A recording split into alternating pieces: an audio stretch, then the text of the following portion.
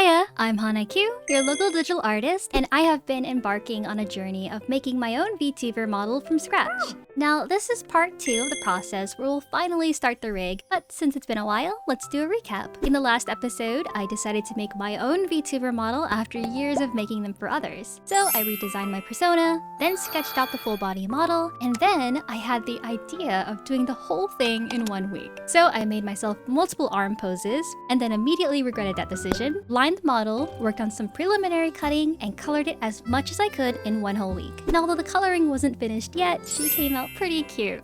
But remember when I said I would do this whole thing in only 1 week? Well, unsurprisingly, that was a terrible idea, and I burned out. So I took a break, read tons of books about hot, steamy, unredeemable fairy princes, made a few questionable animations, and then I was new as a freshly baked cookie. Now ready to start back up on this VTuber project, I have decided that the smart thing to do here is to give myself 3 weeks to make the basic rig, and then come back with a part 3 to show you guys how I tackle all the fancy stuff like body movements and cool animations and physics. Oh, and before we get started, just a disclaimer that this is not a tutorial video. I will talk in depth about the process, but consider it more of a general process video where I loosely explain what I'm doing. But if you learn something from it, that's awesome. Just remember that this isn't a fully fledged tutorial, more of a little join me along as I make a really intensive but cool art project. Alright, let's move ahead to working on the model.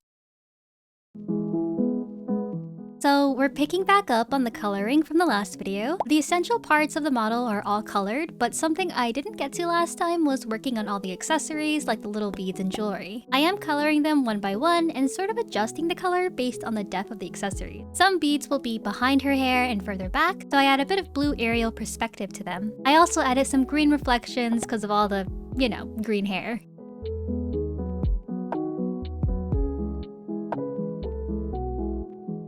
Next thing I wanted to tackle was all of the purple clothing items. I just wasn't happy with the colors I did, so I decided to recolor everything. My goal was to give it a different texture than the rest of the clothing, something silky. So a lot more shiny reflections were in order. I was pretty happy with how that ribbon came out. I think that the textural differences make a nice impact on the quality of the art and the clothes. Now we're going to finish up the accessories on her braids, like her tiny beads and hair ribbons.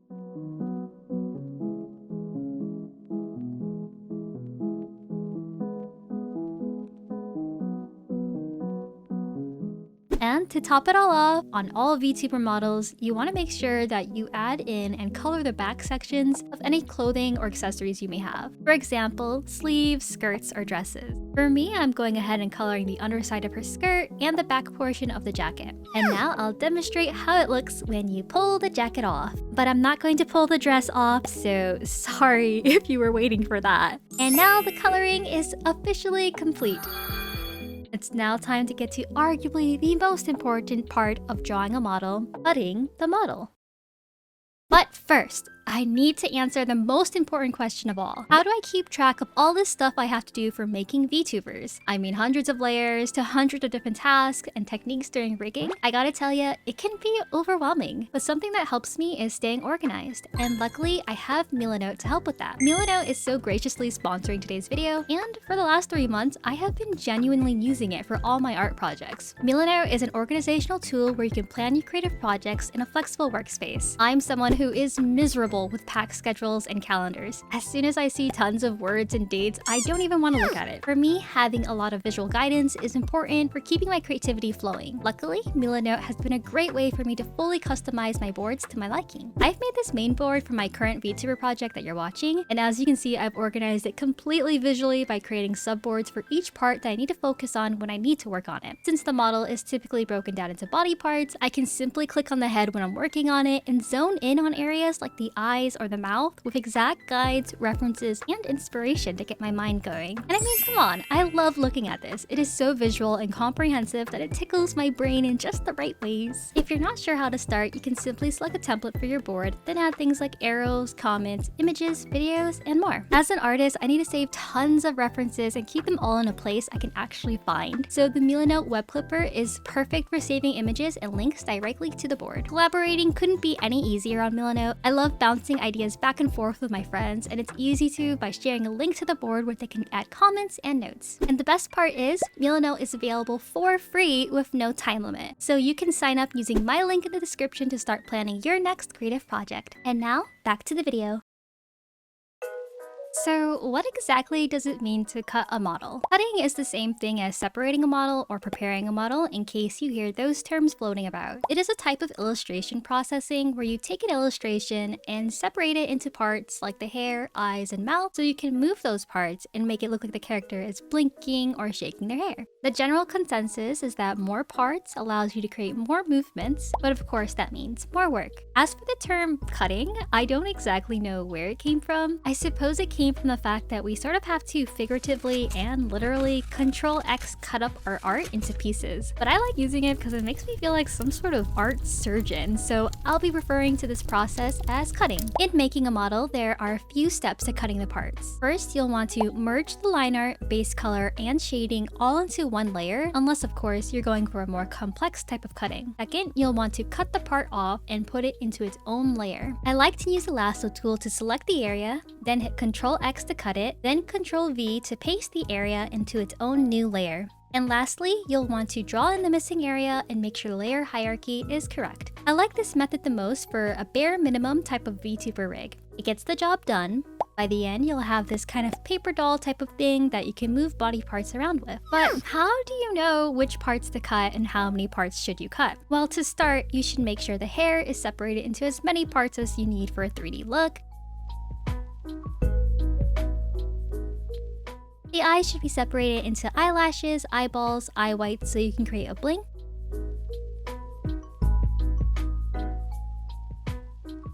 You want to make sure the mouth has an upper lip and lower lip and an inner mouth for movement.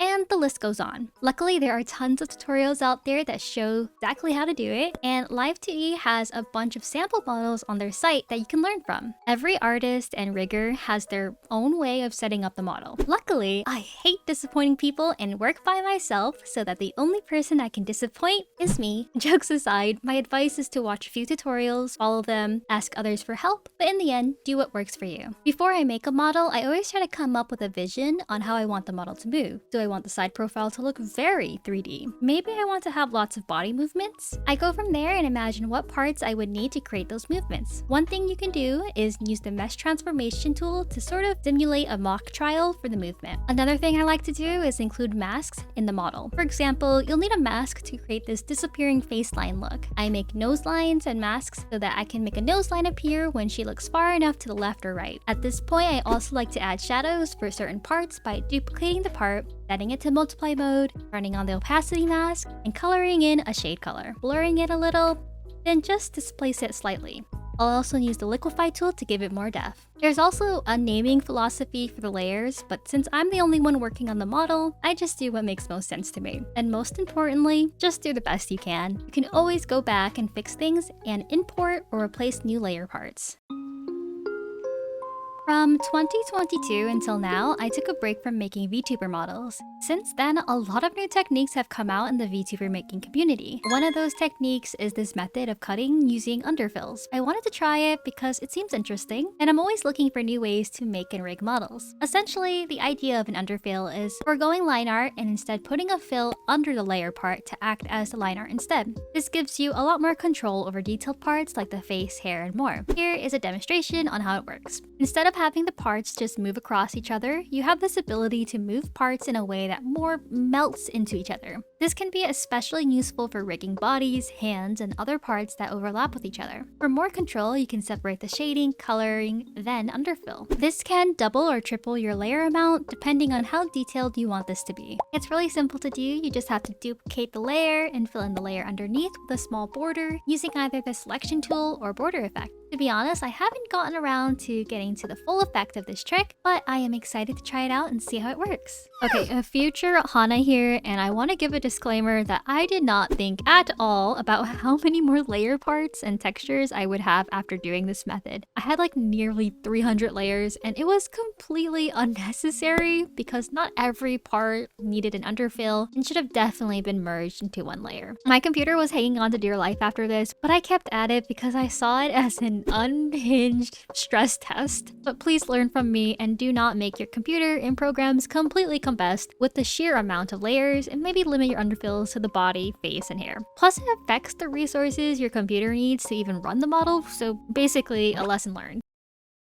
In the last episode, I mentioned that I should have saved drawing the arm poses for a later upgrade. While I still feel that way, I didn't show the footage earlier, but in between coloring and cutting, I was working on the extra arm poses. I colored pretty much every set of arms and jackets individually, and gosh darn it, I'm not sure why I never learned my lesson with these dang arms. I realized it would take far too long to cut these arms and try to make the rig in the next 3 weeks, so that is something I'll be saving in an upgrade for part 3. But now I am in the last stages of finishing up the art, and I'm sure it'll take no time at all. 1 week later. How on earth did 1 week pass of just coloring and cutting the model? I feel like I am severely underestimating how much work this is, but come on. It's time to finally set up our model in Live2D Cubism. Surely it can't get any worse from here, right? Little did she know, it did in fact get much worse from here.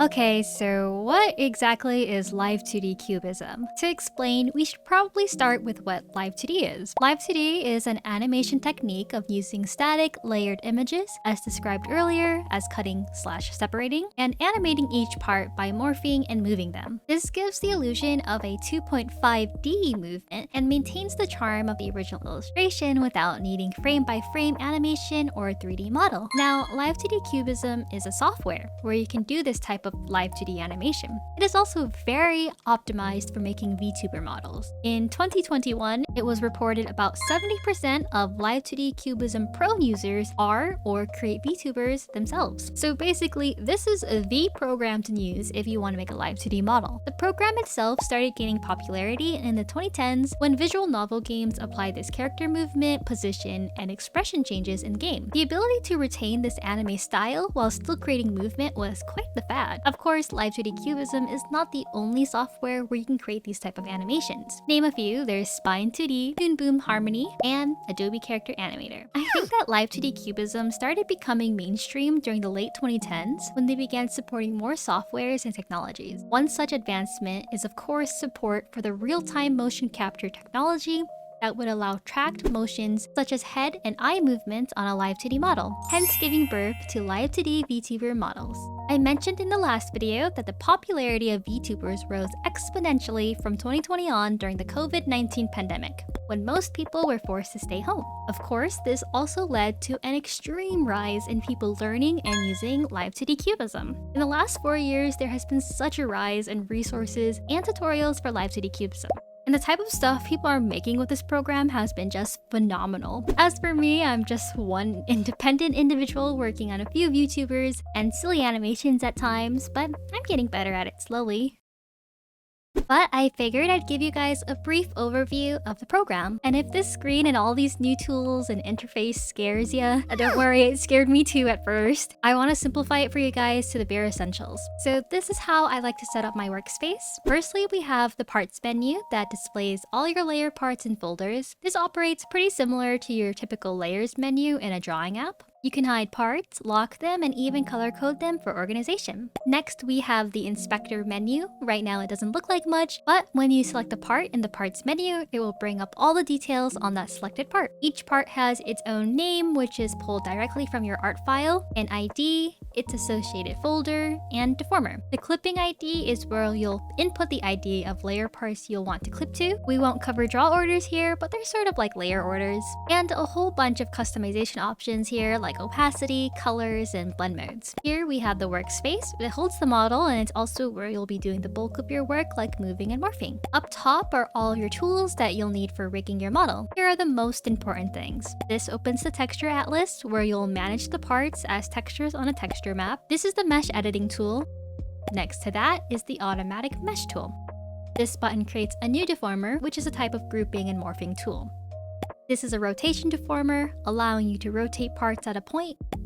You have your standard mouse select tool, a lasso select tool, and a brush select tool. These are your bread and butter morphing tools, the deform path tool, which creates a path with points you can edit, and the deform brush tool, which is sort of like a liquify pen. Lastly, there are the glue and art path tool, but you likely won't be touching these on your first few uses of Live2D Cubism. Now, each tool has its own corresponding details in the tool's detail menu. Pretty straightforward. Next, we've got your parameter menu. These are the default parameters Live2D Cubism has set up for us. Essentially, these operate as saved keyframes where we create the actual animation. It acts like a toggle where you'll animate the beginning point, then the last point, and using Live2D technology, it'll animate everything in between automatically. Finally, we have the deformer menu. For simplicity, think of this like the parts menu, but instead organized by deformers, a type of grouping similar to folders where you can animate using points and Bezier anchors. Setting up the model for rigging is a process we all must go through before we can do any actual animating, because when you load up the model, you start with this. It is horrifying, I know. Live2D Cubism can't load up all our clipping masks automatically, so we have to do it manually by copying IDs into the clipping tab. And my job is a little harder because of my silly idea of making an underfill layer each layer part. I like to color code my parts because it just makes it a little easier to pick out stuff when you're working with hundreds of layers. Every part comes with its own mesh. The best way to describe a mesh is an outline for your layer part that is composed of many little dots inside. Live2D animation creates the moving motion by assembling those little dots in different positions. Now, to make this quick, you can just select all your layer parts and give it an automatic standard mesh. Afterwards, you'll be greeted by the oh so terrifying thousands of bees. It's like killer bees all over again. However, something some of us like to do for more control, and because we hate ourselves, I mean because we want to bring out the most in our models, is creating the meshes ourselves. I decided I wanted to mesh every single part myself. I mean, how much work could it really be, right? 1 week later. Yeah, I regret that. But anywho, after you've set up your meshes, you can now create a texture atlas for your model. You know how 3D models need their own texture maps to display the textures properly with the least resources possible? Same concept here. Once you press the texture button, you only need to wait 5 light years for it to load your textures. You can set this automatically, but if you're really extra like me, do it yourself. It's like playing Tetris, but against yourself, with the added self-loathing like, why on earth did you make triple the amount of layers necessary? Press OK and grab your crochet tools because you'll be here for a while. Now that the meshes and textures are set up, I can try a new technique, glue. Gluing connects 2 layer parts by connecting the overlapping meshes, which then allows you to move one part and have the other part follow and change appropriately. I'm still learning how to use this, but I really only recommend it for the mouth. Deformers! Deformers are a Live2D mama's bread and butter, your best friend, and I mean really the only thing that's got your back. Deformers are a way to group different layer parts, and they come with their own Bezier anchors and conversion points. Similar to meshes, but they allow you to make much more general and smooth movements quickly. You can adjust the number of points in Beziers, but be conservative because more always means more stress on your computer. And oh my goodness, we're finally ready to actually start animating. You always gotta get the boring stuff done first, but from here on out, I'm on a one-way train to Dopamine City, baby. We're gonna animate the heck out of this model. Alright, the most important part of any VTuber model is the face, and in that are the eyes. I like to use the deform path on the eyelash, and I set that up by drawing a few points across the lash. You can also see I've organized my parameters into colors and folders now. To start your rig, you'll want to select your left lash line part and add 2 keyforms onto the eye left open parameter by clicking this button. You'll see now that we have a green point at the left and right. You always have to set a keyform to make sure you register the animation. But if you ever make a mistake on the wrong keyform, you can always go to Modeling, Edit Form, Revert to Original to reset it.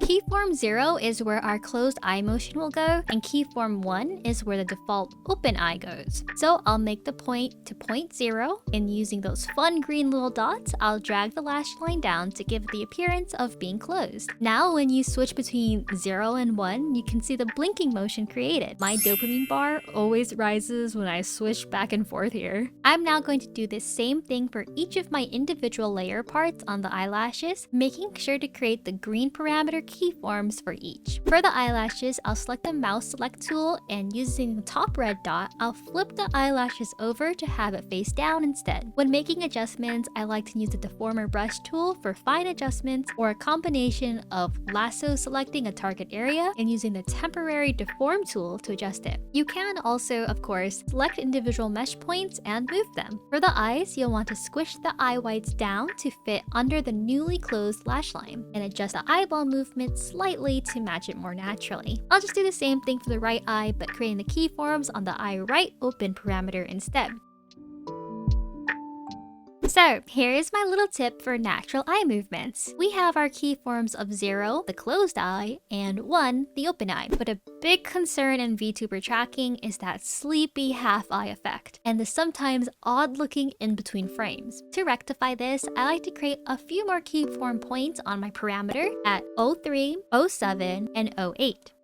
At 03, you want to make it your ideal half eye. Something sleepy but cute. I like to travel across the automatic frames and look for an ideal shape I like. Afterwards, I'll click the arrow key, click select to select all the operating parts on this parameter. I'll hit Ctrl-Shift-C to copy this motion. Then I'll go to my 03 keyform point and hit Ctrl-Shift-V to paste this motion. Then just make fine adjustments. For 07 and 08, these are going to be our new default open eyes. We'll do the same thing of copying using Ctrl-Shift-C on point 1 and then Ctrl-Shift-V on both 07 and 08. I like to keep it on both these points because I want our default eye to keep its shape for a longer period, making it more natural. And then at point 1, we're going to create a widened eye expression here instead.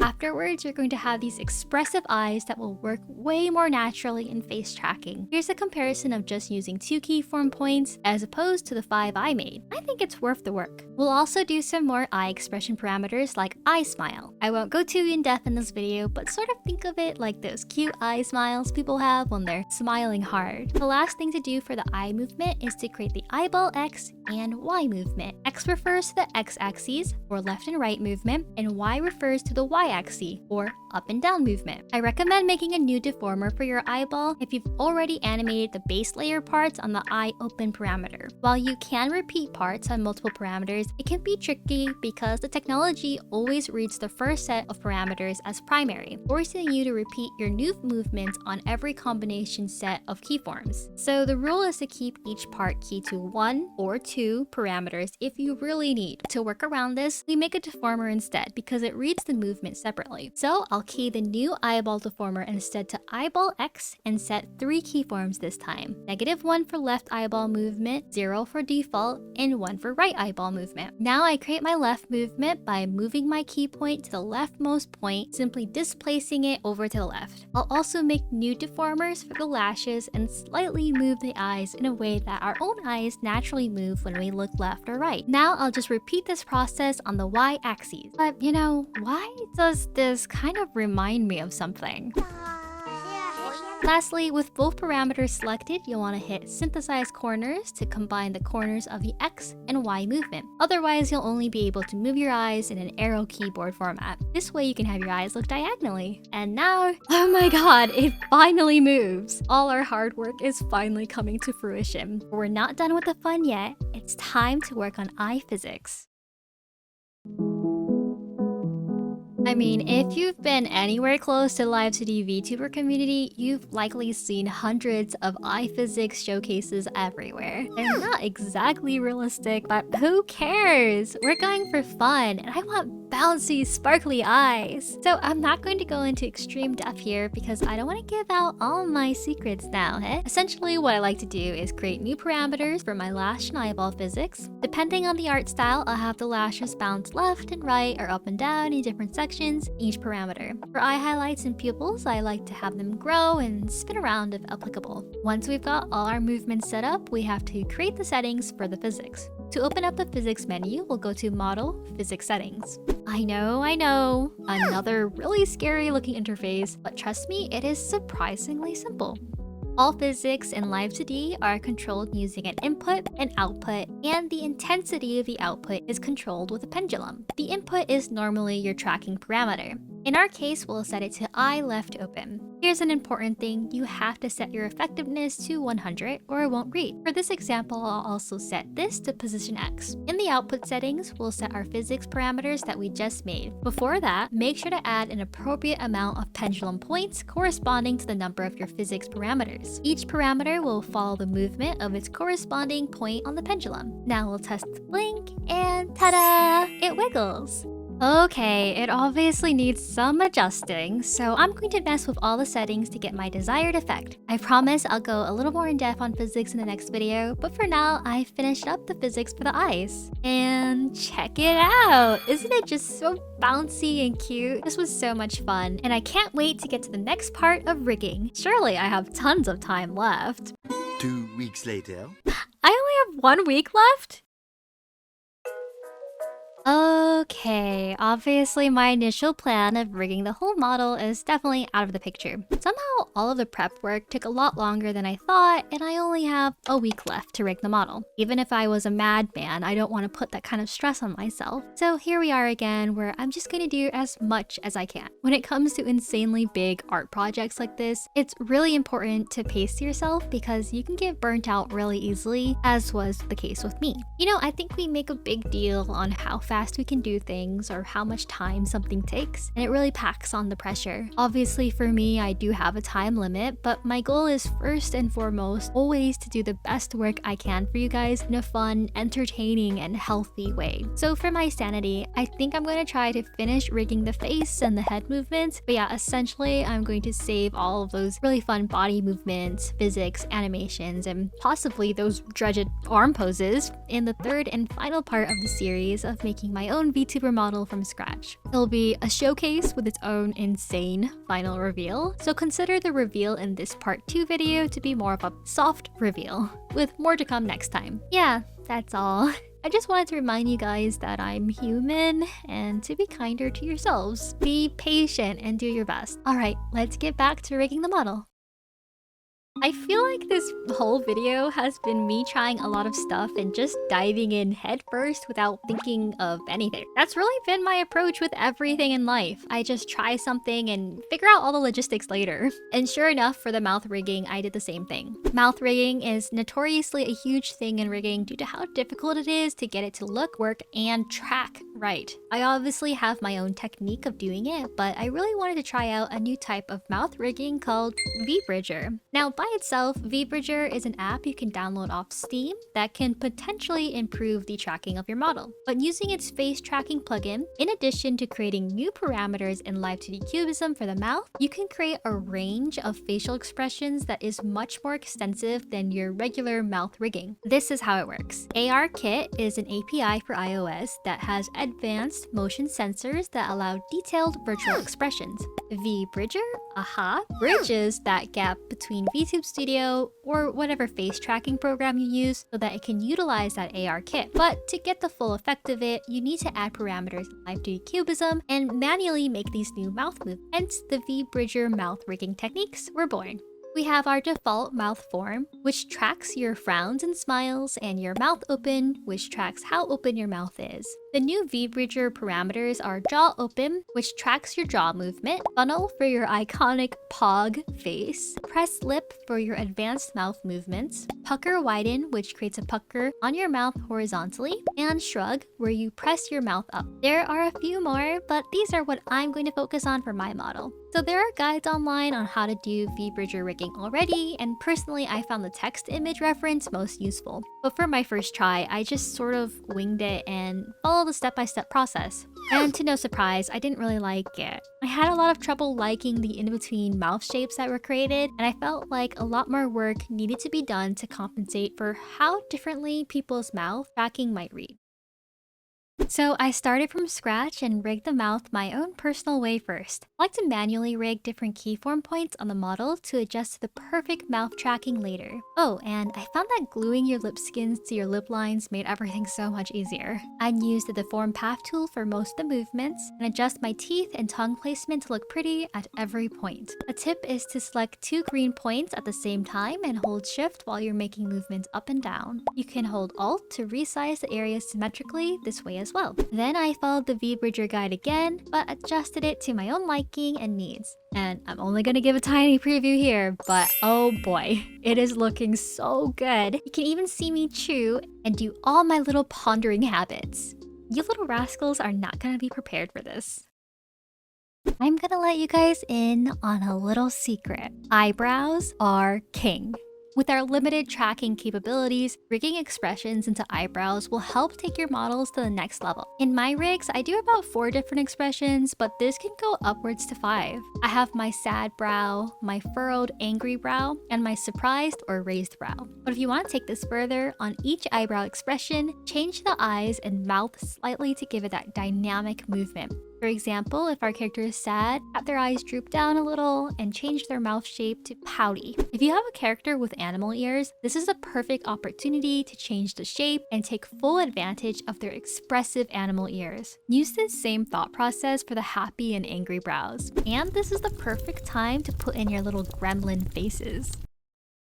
Live 2D cubism doesn't have to be used for just Live 2D models. Let's showcase a few other ways you can use it. Animated emotes are a great way to add a little extra bounce and pizzazz to your cute characters. Give them movements to tell a story and people will love using them and looking at them. If you like making visual novels, this is where Live 2D animation's magic started. Have your characters change poses and expressions to keep your player captivated and unable to put the game down. 2D games are the perfect way to use this animation technique. Attack sequences, running, walking, or just your good old summer titty animation when you want to add a summer outfit to your characters. Loading screens or starting screens for your streams are a great way to give your viewers some eye candy while you're away or setting up. Continue on that note, you can even just straight up make animations using this software. Because it's so fluid, it's great for repeating animations. You can combine Live 2D with frame-by-frame animation and 3D animation to create a seamless look that also utilizes versatility. Okay, I know we all see him, so I'm just gonna mention him. You can make little story animations with your insert whatever gacha game you play here avatars. It's fun and hilarious. I mean, the possibilities are endless, and that's why I like using it. It gives me so many more options for adding variety and interest to my content, and I want to explore more ways to use it. So tell me, what are your favorite ways to use Live 2D? If you don't use it, how would you like to see me use it? And are you interested in learning? Let me know in the comments.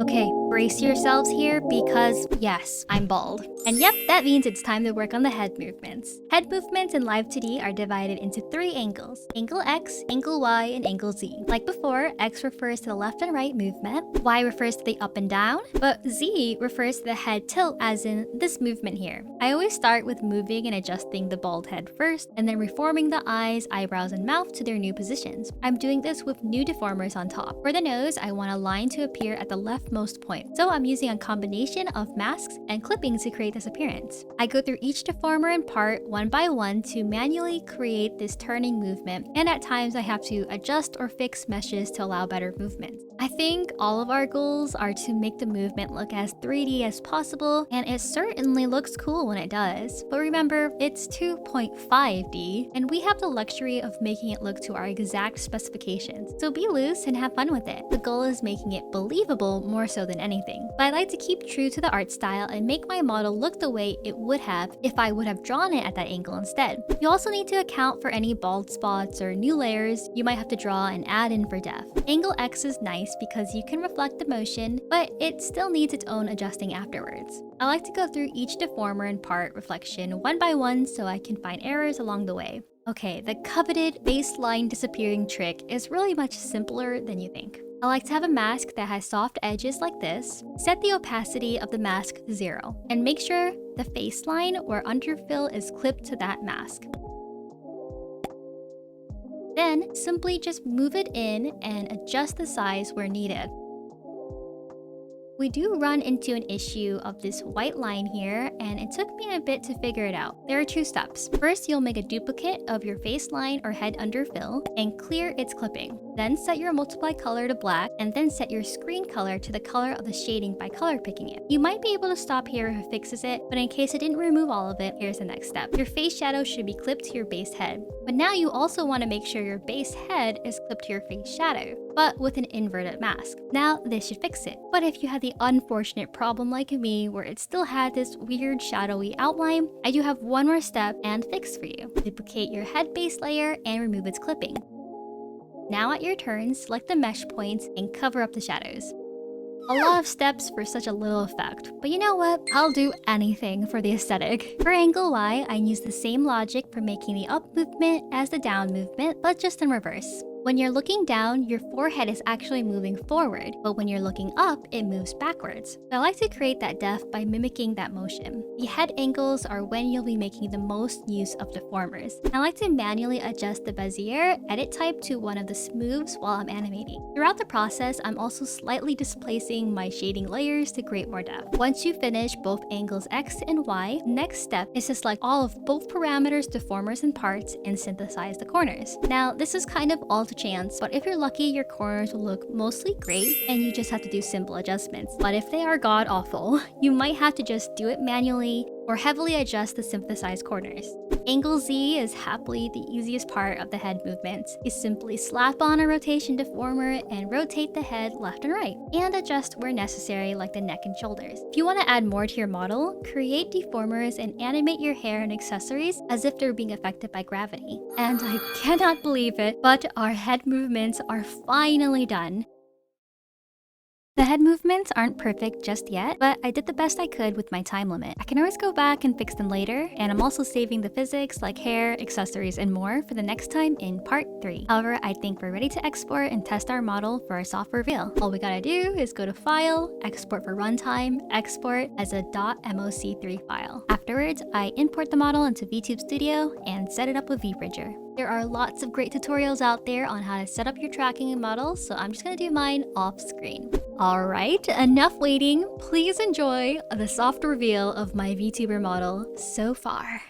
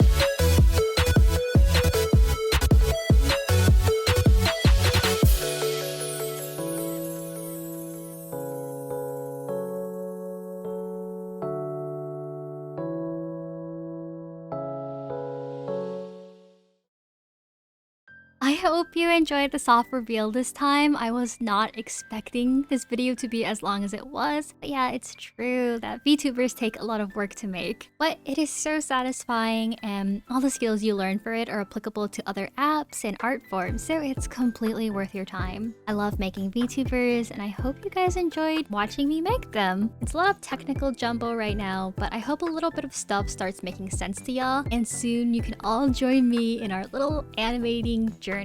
I did my best to fit as many of your lovely fan arts in here, but I've been running on a bit of a time crunch lately. Thank you always for all your wonderful fan art. They are so lovely, just like y'all. Until next time, I'm wishing you all the best on your journeys of achieving your goals and dreams. Bye!